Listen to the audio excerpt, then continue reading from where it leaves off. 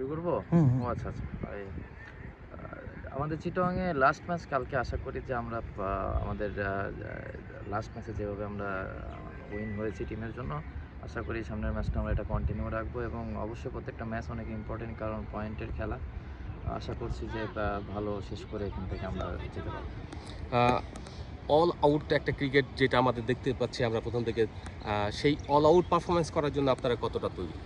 দেখেন পা পা পারফরম্যান্স যদি চিন্তা করি তাহলে আমরা ম্যাচ বাই ম্যাচ আগানোর ট্রাই করছি এবং প্রত্যেকটা ম্যাচ নিয়ে ফোকাস করছি এবং আ বা ম্যাচ বাই ম্যাচ আগানোটাই ভালো হবে। যেহেতু সামনের দিকে আমাদের বড়, বড় খেলা আসছে বা সেমিফাইনাল খেলা আসবে ইনশাআল্লাহ। তো আশা করছি যে ম্যাচ বাই ম্যাচ আমরা ভালো কিছু করে ইনশাআল্লাহ সামনের দিকে আগাবো।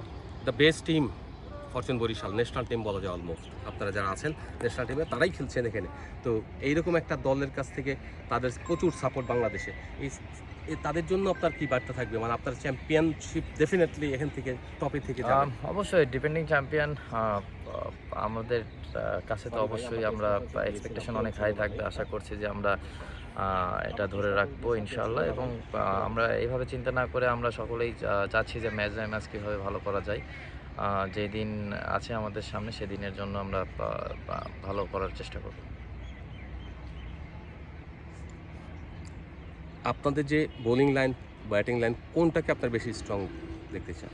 আ আমরা অ্যাজ এ টিম হিসেবে আমরা ২ টা না ৩ টা ডিপার্টমেন্টেই ভালো কিছু করতে চাই।